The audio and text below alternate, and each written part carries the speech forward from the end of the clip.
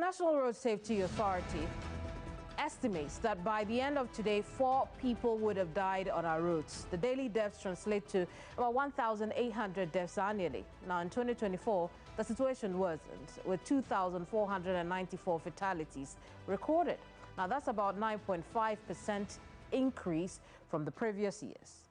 Clearly, road crashes and fatalities continue to be a significant public health concern in the country. In this edition of Hot Issues, we delve into the disturbing numbers and plans to keep us safe on our roads.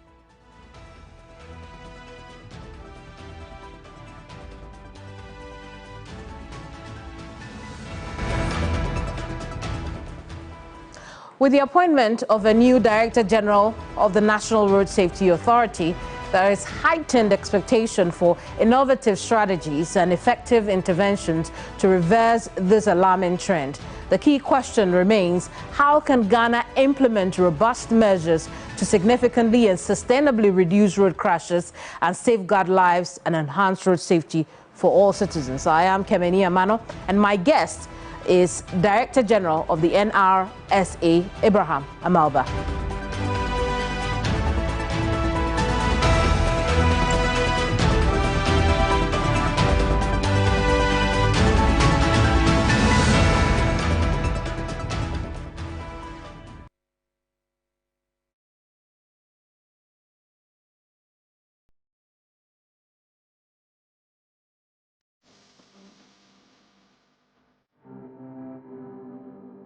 The Ghana City Bank will contain security features that is used to authenticate the note and verify its genuineness.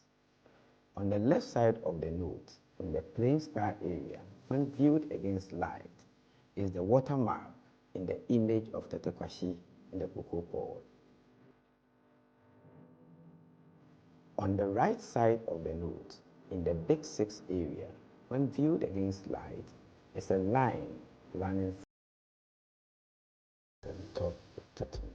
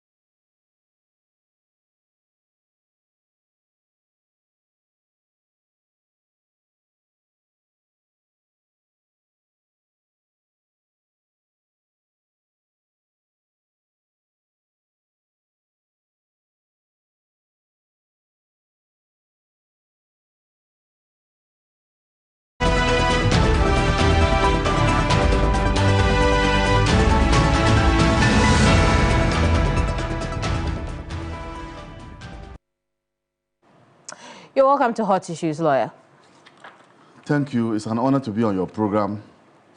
I think this program is one of the educative programs, and I'm honored to be on your program. We're happy to hear. But let's start off with some of the recent things that we have heard as far as road safety is concerned. Attempts to legalize Okada. We know that back between the period 2012 and 2015, the NDC government criminalized commercialization of motorcycles for, commercial purposes, obviously, yes. When you now say you are legalizing Okada, what do you mean? So when Okada came into the system, there were concerns about conduct and behavior of the Okada drivers, some of which bordered on criminality. And so the government of the day at that time decided that the best way to stop those criminal activities was to ban the use of Okada for commercial purposes.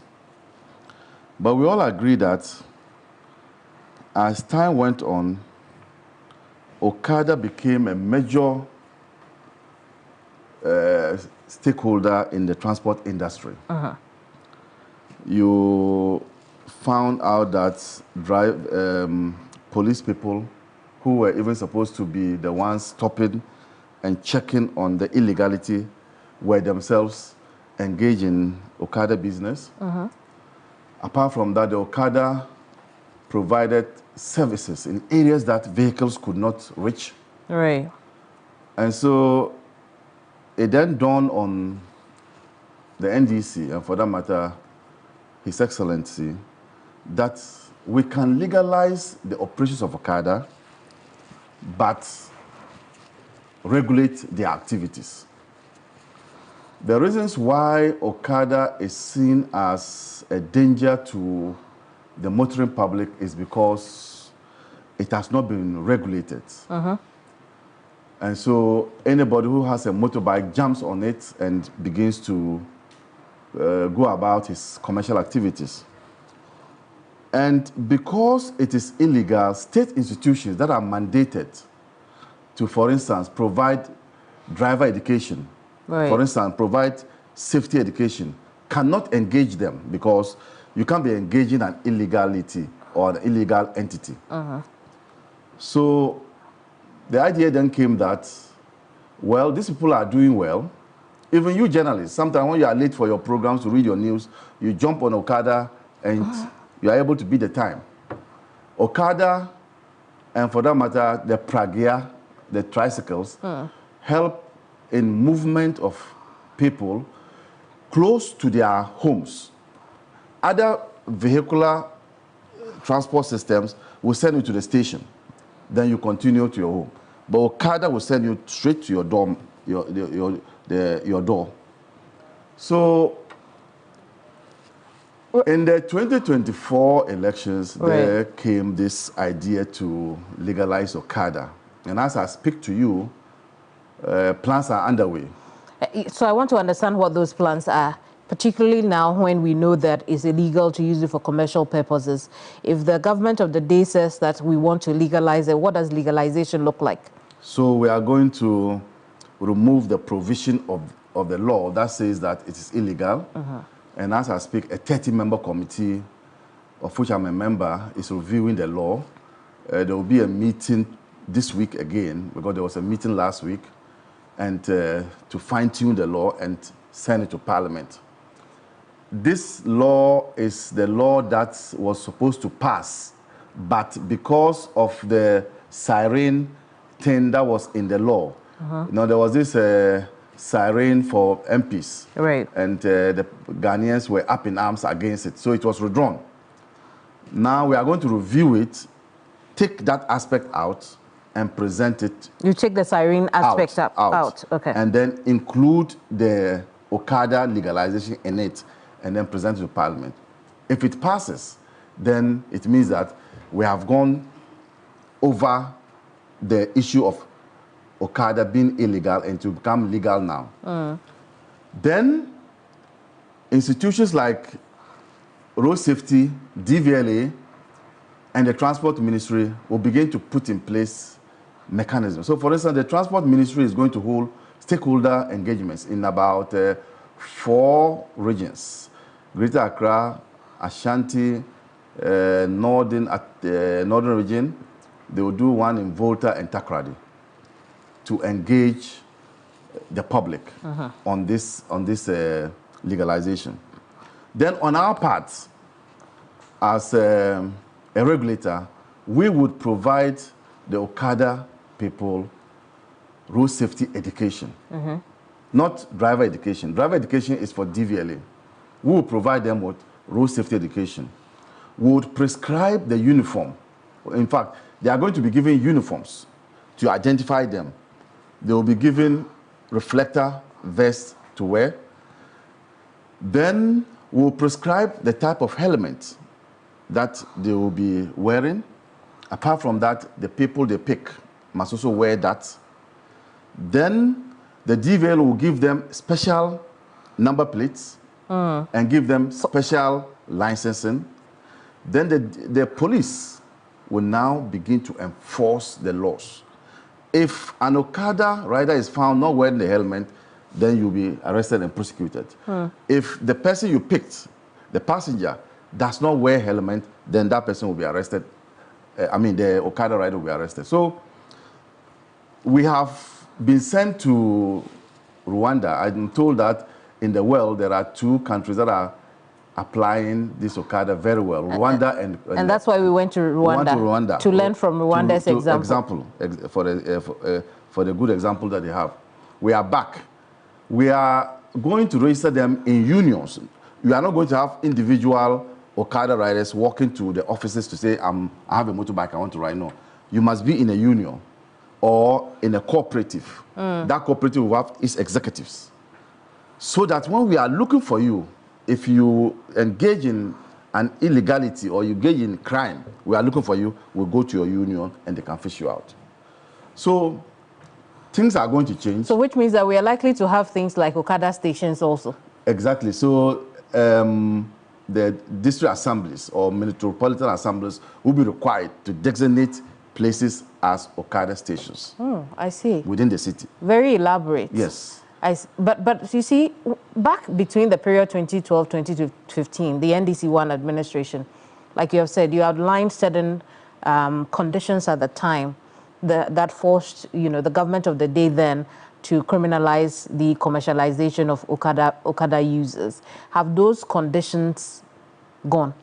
Those conditions will be fixed when they are legalized and when these cooperatives come up. How do we identify who is engaged in criminality? There is a database of all Okada riders and owners of the vehicles. You can be an owner stroke rider, but most of the time, the riders are not the owners. So it is easy if we also register the owners. Now, if you engage in criminal acts, and don't forget, we're also going to provide them with speed limits. There will be gadgets in their motors which will stop them from overspeeding. Then also, there will be a tracker in each motorbike. So as you move, wherever your motorbike is going, there is computer watching you and your movement, and all this will be captured. So the fear that you are on a motorbike, it will be used to kidnap you will no longer be there because we can easily fish out those people. I see. That one sounds a bit complex, and I want us to break it down. But before then, there are people who have raised questions about why you needed to spend money to go to Rwanda. Why? We could have done this ourselves. Why did we have to go to Rwanda and view? You don't do that. When you are implementing a project and you think that your neighbor has done it before, nothing stops you from going there to study good examples. In fact, Rwanda has come to Ghana to study our tax system. When we went there, they told us, that they too have come, and they came and took some of our people there to, put together their tax system. So it is just like a neighborly concern. When you have your neighbor who has done well, you only go there to learn the best practice. So there's nothing wrong with that. It's done all over the world. I see. And this trip was at government cost for the NRSA, or? Yes. So the government of Ghana sponsored the two institutions together with the Transport Ministry to go and learn from the Rwanda experience. So how much did this trip cost us as taxpayers? What I know is that we were given business class tickets and economy tickets in line with the government's directive that Very well. state officials should not travel in first class. Very well. Let's get onto the matter itself about the complexity of, putting security gadgets on these motorbikes. So if an Okada rider brings their vehicle to be licensed, they would have to buy all these things to attach to their vehicles before the license is given? For now, we intend to provide most of these services either free of charge or subsidized. So, for instance, a normal license would cost you 1,000 cedis. We intend to reduce that to the barest for them. So, from the scratch, we'll ensure that we subsidize some of these things for them. And that licensing, what I'm trying to clarify is that licensing will come with the gadgets that they will need, like the the cameras you spoke about. Or did I get that wrong? We have a private institution or an IT institution that will deal with that component of fixing the gadgets on the motorbikes and also ensuring that the connectivity is brought onto a large screen. All those things will be done by an individual who is ready to assist government in doing that. Okay, I get that now. And so one of the promises that has also been made alongside the legalization of the Okada business is provision of e-bikes. Talk to us about where we are with that. Exactly. So, just like in Rwanda, we are unable to provide e-bikes to everybody. So for now, the combustion engine that they are using will be what they will use in registering and engaging in their commercial activities. But we'll have to draw a line that subsequently, if people are coming to join the Okada business, they must come with e-motorbikes. That's how we're going to do it. And gradually, we'll phase it out. Phase out the combustion ones. Yeah. How are we going to run this legalized commercial Okada business alongside the booming business of delivery that supports, the online market? So there's discussions as to whether we would have to identify them in categories. Those who pick passengers, those who deliver food, those who deliver parcels have already been catered for by the post office, the Ghana Post. They are under the Ghana Post. Those who deliver parcels, they are already under the Ghana Post. So there are talks within us to register them in accordance with the services they provide. So, like you are right, those who deliver food will be registered and identified by maybe the uniform they wear, and those who pick passengers will also be registered and identified by the uniform they wear. These are the fine details that we'll finally deal with. But it is not only Okada, there's also Pragya, they call it Mahama Kandu, the yellow. Oh, so we are not looking at just the no. two-wheelers. We are looking at the three-wheelers as well. They will also fall under the Okada transportation businesses. Exactly. So in some parts of the country, say up north, Okada is not prominent. What is prominent is the yellow, the tricycles. So they are also part of it. So when we were embarking on the trip, there was the president of the Okada Association and the president of the Pragia Association. They were part Fantastic. of the trip. Yes. Fantastic. Right. So now we need the law to come into effect first. So what are the timelines associated with this move that the government wants to make? From the day we left Rwanda, amongst us, we said that we're going to give ourselves 3 months within which we can put, because the law would have to go to Parliament. We don't have control over Parliament. But if the law goes to Parliament, once it stays in Parliament for a certain number of days, it passes because it's an ally. Then, as we speak, from my department, I have put in place a technical committee that is dealing with the Okada executives. So the registration processes, how they will register, how they will put themselves in groups and unions, that is currently ongoing. Currently ongoing too is the committee I just spoke about that is reviewing the law. So things are happening, but they are happening in the quiet. Indeed. And we look forward to, 3 months' time to have this conversation again, looking at the details of the amended road traffic regulation law. But will this law be applied to the same everywhere, considering in places like Accra, where there is congestion already? When I cast my mind back, we had a lot of motorbike situation in this country prior to the time when the original law was amended to criminalize commercialization. So how will the new law deal with issue of congestion that can interfere with other motorists?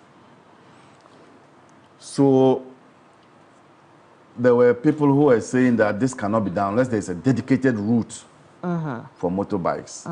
When we went to Rwanda, it wasn't the case. The motorbikes were using the same routes as vehicles. So, first and foremost, after the legalization, no Okada will be allowed to jump traffic. That will now be a complete no, no, no, no. 2, if the law is put in place, there will be driver education. There will be road safety education, which will require motorists to respect other road users, and as well as drivers in private cars, also respect the Okada user. The congestion comes when there is disrespect, there is driver indiscipline in respect of the Okada user. In this country, in Accra, for instance, most drivers do not respect the Okada drivers, partly because it is illegal. But if it becomes legal, we would have to give education to drivers who otherwise would have thought that the Okada is illegal. For that matter, they will not give them the necessary respect or right of way. So the congestion is one of the reasons why we need to regularize them, because if we regularize them, then they will obey traffic rules and regulations. They are part of the reasons why the congestion takes place, because they disregard the regulations, the road regulations. But when we legalize them, it's going to come with some responsibility. And I've already met some of them and told them that the legalization is going to come with some responsibilities imposed on them. Respect is important. Yeah, exactly. So for them to continue to be in business, they must also respect the road regulations. And so it will take some doing in terms of a concerted effort to focus on regulations, concerted effort to focus on education, concerted effort to focus on enforcement, concerted effort to focus on collaboration, and concerted effort to focus on conduct on the road. So We'll do this together with the MTTD, and then I am sure. I see. In Rwanda, too, we noticed that there were each 100 or some kilometers you drive on the road, there are road cameras. And I'm happy to inform you that we are also, and you've seen the cameras on our roads, they are going to multiply them more, but we have a program called Traffic Tech. That's the program that would deal with spot fines. And you know, they've already test run the process. They've test run the, people have received some test messages saying that you've jumped traffic lights. If this law passes, it will bring into force the Traffic Tech. Really? The amendment? The amendment, if yes. If it passes, it's part of it. We'll start receiving instant, yes. fines. No policeman will stop you again. Amazing. So the Traffic Tech, which requires that there are speed cameras on the road, will all come into being, and that can also help in dealing with the congestions that you are talking about. I see. I can't wait to see the amendment of the law in its entirety or completeness. But let's look at your office and, you know, road safety generally, you know, away from Okada. We've seen the statistics that, you know, we are seeing a reduction, at least from 2023, 2024, we've seen a reduction in the number of crashes, but our fatalities have continued to go up. Translation of that could be that now the accidents are more serious and more people are dying in the accidents. More people are getting injured in the accidents. What plans do you have as the new DG for the NRSA to ensure that our roads are safe? Ever since I took over, it's getting to the 2 months now. I haven't relented in my effort to ensure that our roads are safe.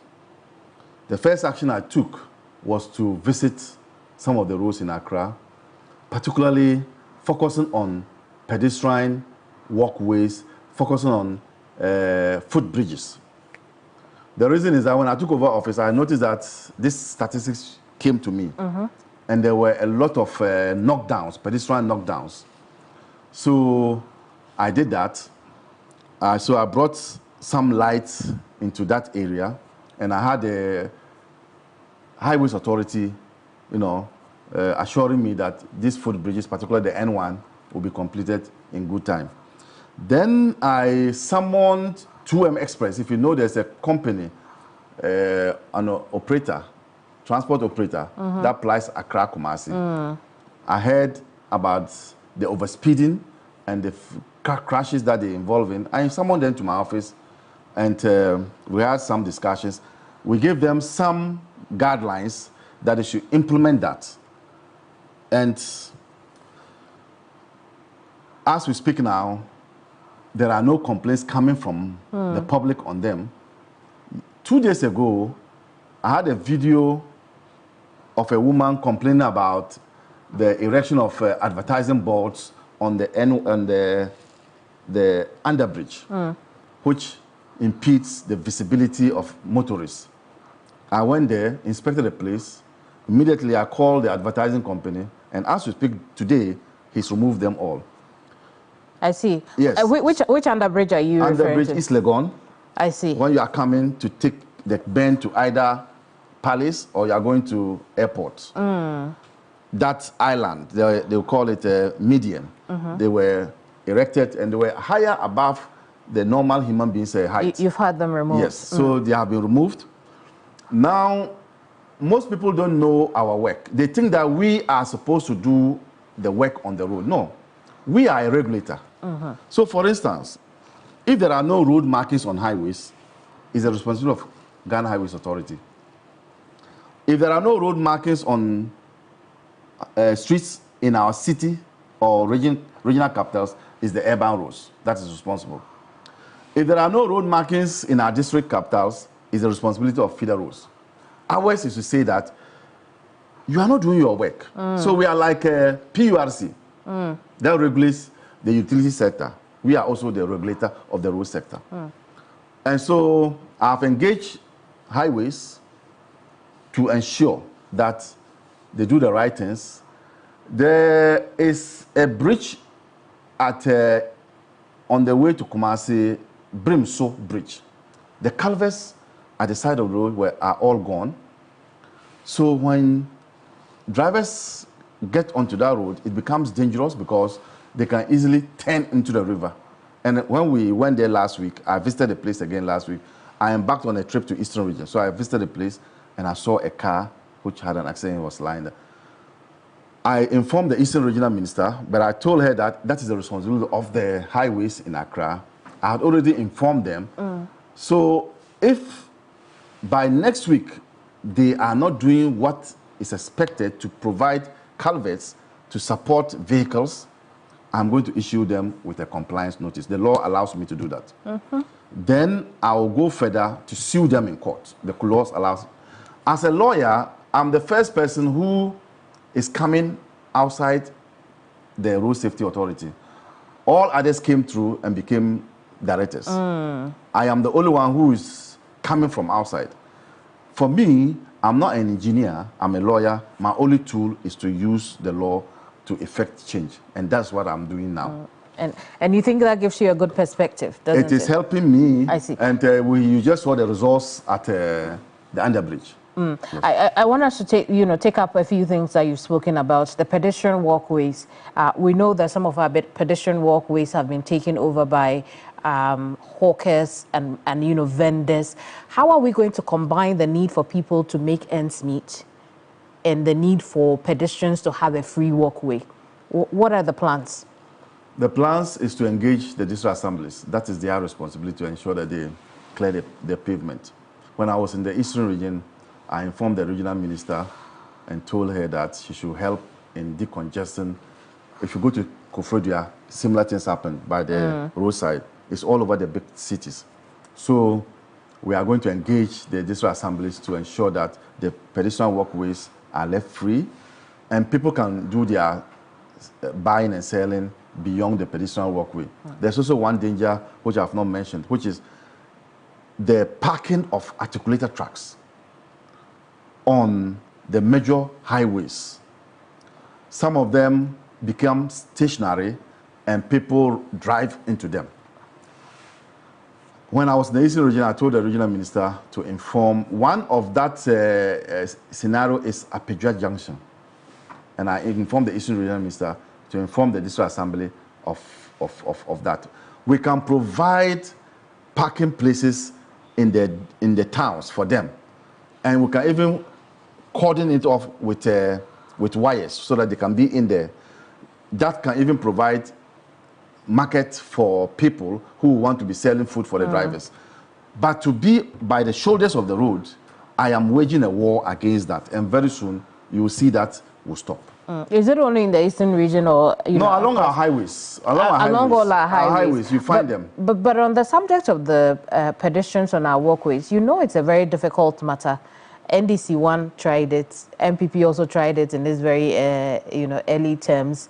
But the vendors always come back to the walkways. What will be different this time? It is just collaboration and collaboration with the district assemblies. I am not interested in sending them completely away from the streets. Right. I want my pedestrian walkway to be free. So if you can put your wares outside the pedestrian walkway and still be sitting close, I have no problem. But I want my pedestrian walkway to be free so that pedestrians will not be walking and competing with motorists on the street. If that is done, I am glad. The rest can be done by the district assembly if they want to evict them completely. But my pedestrian walkway should be left free for pedestrians to walk. I see.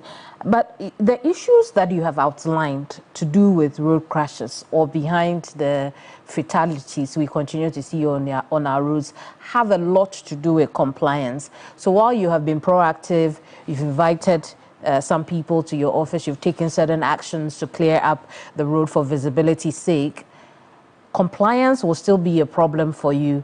How are you ensuring that the likes of those who travel on our highways the articulated tracks, the long journey buses, our trotskis in our cities are compliant, what are we going to do? It's about the desire to work. All these things I'm talking about were already in the laws before I got there. But if you don't have somebody who will be interested and damning the consequences to apply the laws, you will not get results. I have come, in less than 2 months, I have done some things that were not done over the years. I have invited the transport operators, GPRTU. I've invited VIP, Adakabre & Co. I've invited Metro Mass, all of them to my office, just to tell them that there's a new sheriff in town and I am not going to do things as usual.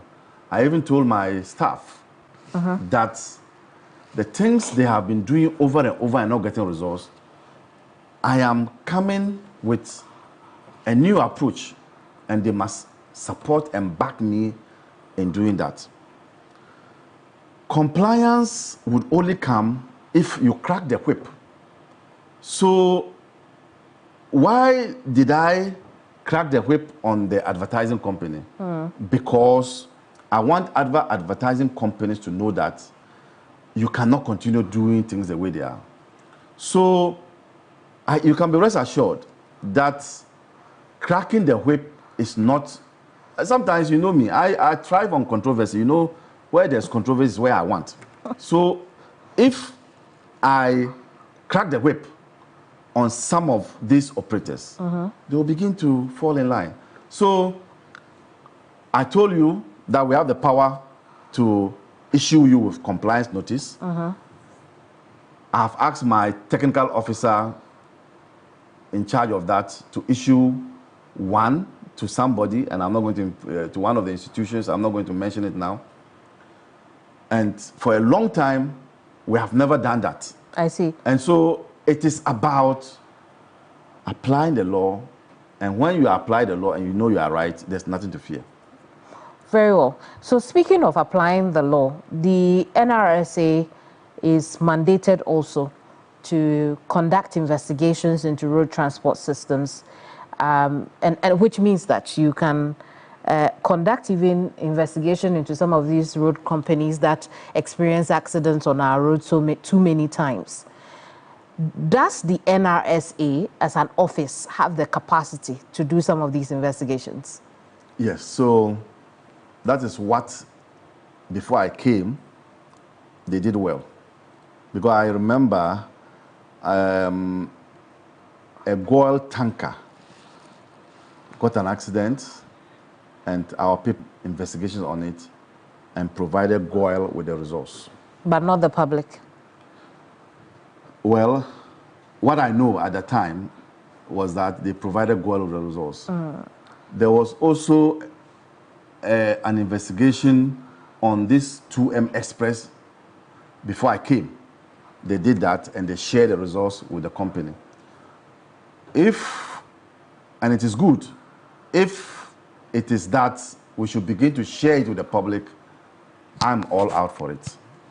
And we have the capacity, we've been doing it, and we'll continue doing it. But I think that I'm hearing from you that we need to share those results it is important. It is important, with the public. isn't it?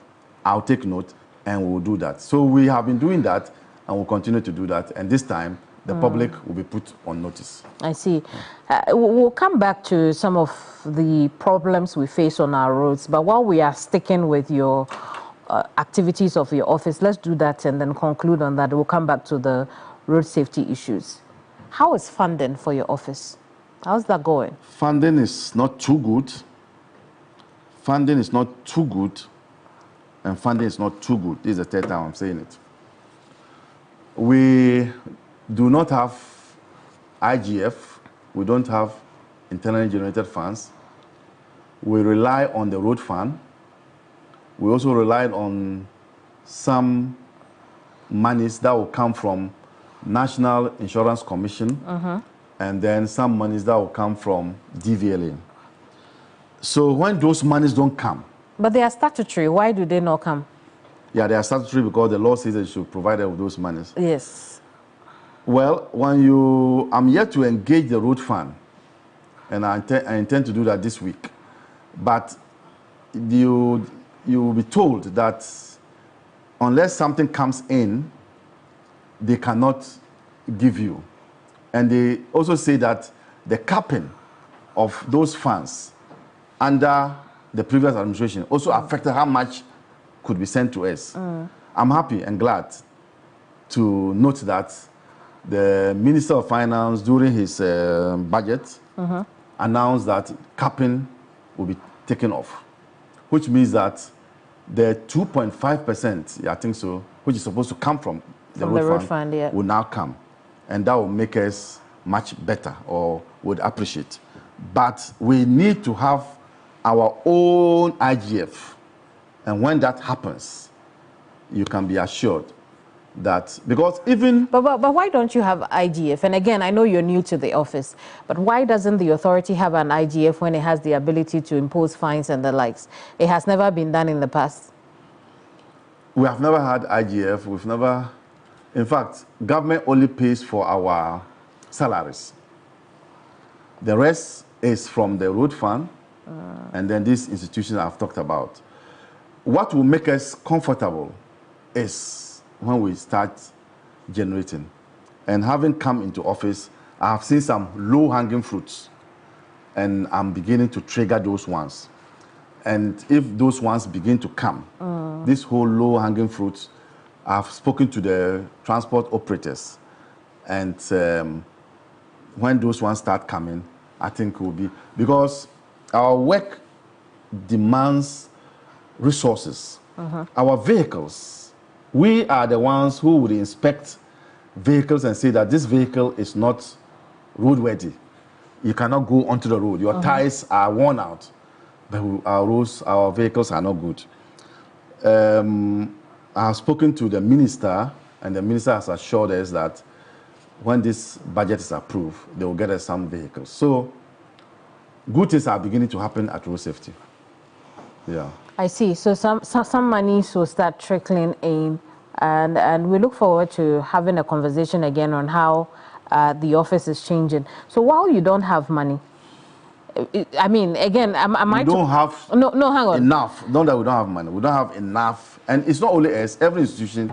No, I'm getting somewhere. I'm getting somewhere. So as you inherited the office, are you telling us that the NRSA didn't have any money in its account yet? Oh, yes. When I inherited the office, I wouldn't want to disclose what was there, but it was... Why not? It's for public consumption, isn't it? It was debilitating. What define debilitating? No, it wasn't pleasant knowing what was in the coffers. But nonetheless, that didn't stop us from embarking on the kind of road trips I embarked on. It didn't stop us. We had to call on suppliers who normally would give us something on credit. And then when our monies come, we pay off. You get the point. So I am saying that it is not too bad. As Director General, it is my responsibility to ensure that I rake in resources. And I have seen some low-hanging fruits. And you we go are after dealing them. with that. So we are dealing with that. Okay, I'll let that go. But I do want us to touch a bit more on the personnel also, who go to the ground to effect road safety regulations. As road safety, you have your own road safety inspectors. The MTTD also has its people. Sometimes they themselves become a stumbling block in applying road safety regulations. How are you hoping to work with the other agencies? How are you hoping to put your own officers on the straight and narrow path? What are your plans to ensure that issues of bribery, corruption are reduced on our roads? Before I get there, we have personnel shortage. There's high level of attrition because at road safety. At road safety, yeah, and because salaries are not too good. We had a legal officer who, and we are supposed to have a legal officer as we speak. We don't have one. She has left before I got there. Other officers have also left because the salaries are not good. But nonetheless, I have spoken to them and I've told them that the things that I am doing to bring about IGF would be good to assist in giving them some upgrade in their salaries. So, apart from that, we do not have enough inspectors. What's your staff strength for inspectors at the moment? When I got into the office, I asked for the available vacancies, and there were like 90-something vacancies that we need to fill all over the country. You know, we have offices in the regions. 90-something to 100, you know. To be filled? To be filled because of staff. And that's for just road safety inspectors? No, that's for the entire... Yes, okay. Yes. And because also our salaries are not too good, we can't attract the right caliber of road inspectors. A road inspector must have a background in engineering. So from the polytechnics, we will need such people to come in. From the universities, we will need such people to come in. Our road inspectors are normally national service people who don't have background in those areas, but we'll give them in-service training anyway.